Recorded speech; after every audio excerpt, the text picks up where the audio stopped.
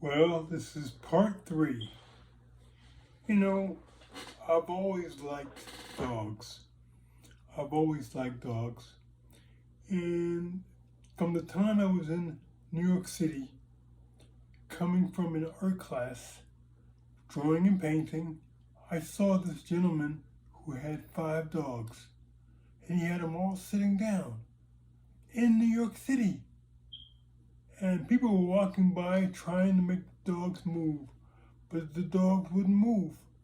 And I said to myself, I said, you know what? I have got to learn how to do that.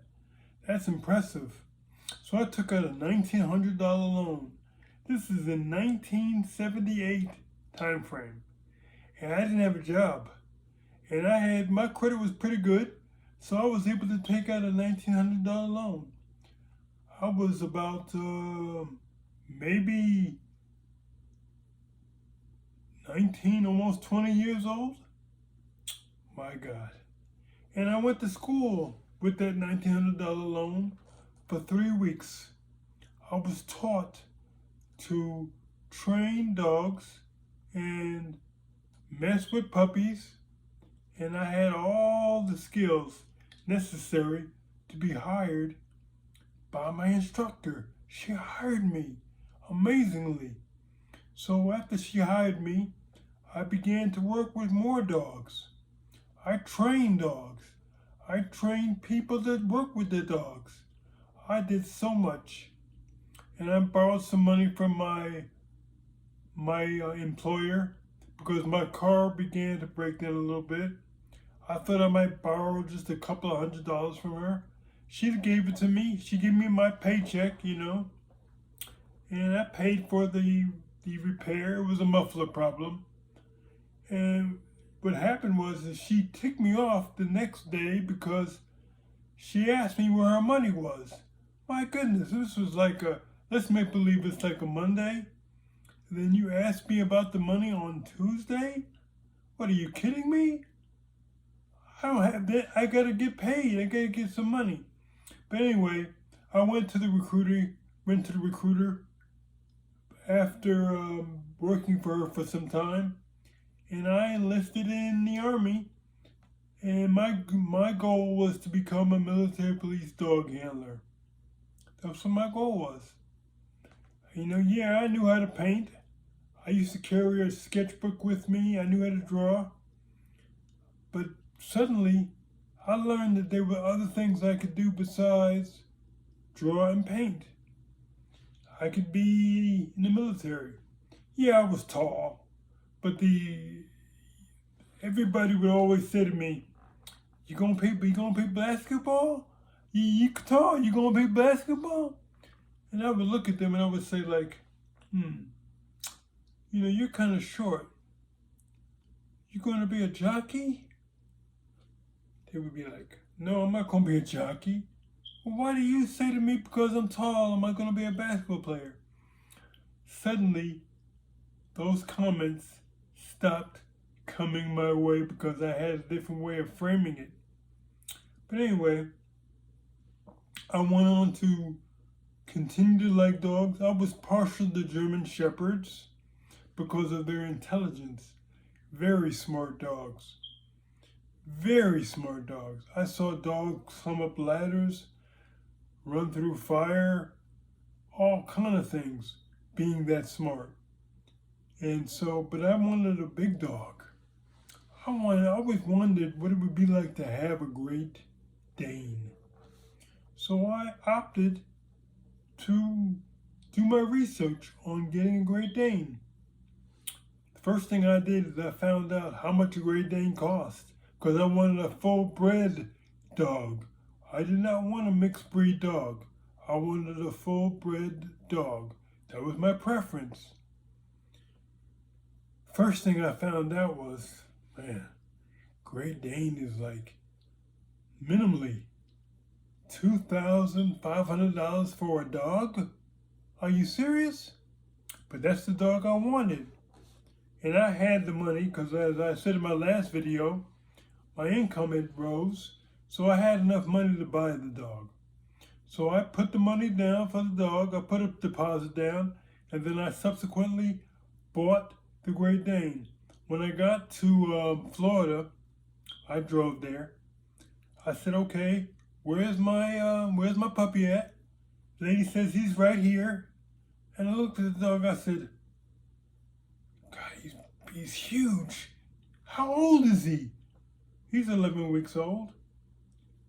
The dog was big, you know. So I went ahead and got him. We drove back to South Carolina, and subsequently I thought, well, I'm gonna travel with this dog. How much is it gonna cost for me to go with this dog? They told me how much it's gonna cost.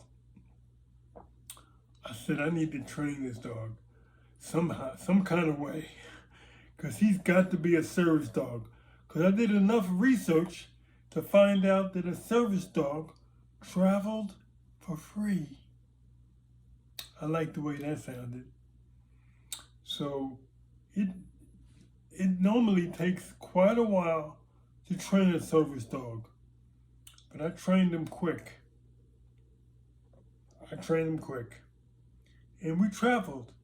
He flew in American Airlines for free, at my feet, to Nevada for free. And what did I name him? Well, it's fitting that I named him Titan. Before we traveled though, Marie, my queen, came to my house because she liked the way I spoke, she liked the way I carried myself, she liked the way I articulated. She wanted to meet me. So I said, okay, you can come on by. I was divorced, or I was getting a divorce. So you could come by and you can meet me and anything. We were not an item yet. We were not involved yet. But she came by and she met me. We did a live together. And she met Titan. She wasn't scared. Titan sauntered up to her real slow and put his head down. And she petted his head. She wasn't scared. I said to myself, she might be the one. She might be the one. Later on, I found out that we grew up in the same neighborhood. We went to the same elementary school, went to the same high school, but she didn't know me. I didn't know any of her friends, but she knew all of my friends. We began to talk on the phone more and more, and finally we just decided to get together. We went to a My Daily Choice event. She tried some CBD because her hip was hurting. I gave her some CBD. 45 minutes later, the pain went away. That's it. The rest is history. We later ended up getting together, and I ended up going to Nevada with my dog. She stayed in Wilmington, North Carolina. We had planned to get married. We planned to get together. But first I needed to go to Nevada myself. I shipped my furniture. I shipped my car. And I had nothing when I got to Nevada but my dog. We went to a hotel. He slept on my bed. He stayed in the bathroom while I went downstairs to eat. And I brought him some food, you know. He had dog food, you know. I brought some dog food with me. Because I was not one that believed in giving my dog table food. I wasn't going to break that rule. So he never received table food the whole time he was with me. But we moved to Henderson, Nevada. I had no furniture. I slept on the floor, balled up my jacket as a pillow, using my jacket as a pillow in my office for 30 days. I ate ramen noodles and hot dogs. 30 days. Oh my goodness. I was 60 years old. Don't tell me you can't do something if you want to do it. If it's a priority, you will get it done. And this dog was one of my priorities. Me being in Nevada was one of my priorities. Yeah, it would have been nice for me to have a nice big house with a huge backyard, but I didn't have it like that. So I opted for a 3-bedroom apartment. At first they told me I couldn't have a dog this size. But then they said, well, wait a minute, he's a service dog? Oh yeah, you can have him. He was a service dog, you can do what you want. So I moved in with him, a service dog. Big, he was big as a man. And it was good. And he stayed with me until I got a cage that could fit him. And I ordered a cage for him. The cage was huge. And subsequently, Marie came in August of 2020 to be with me. She came into my apartment, into our apartment rather, and she fell in love with it. We subsequently got married in October 2020. That's the rest of the story. We're still together. Yes, she's had 3 heart attacks and has a pacemaker before she met me. After we got together, she had 4 strokes. I didn't give her the strokes now, but she had 4 strokes because what she had did in her earlier life as a postal worker, drinking out of a gallon bottle of Jack Daniels, that'll do it to you. She did that before she met me. She doesn't drink now. She doesn't smoke now. She smoked for 40 years, but she doesn't smoke now. I believe it's because I changed her habits that she's still around. I really believe that. I was able to move my caregiver and his wife and children into our home. And I say my home a lot. I say my a lot because it's taken me some time to learn how to be with someone and say our instead of I and my. But I'm learning. I got it now.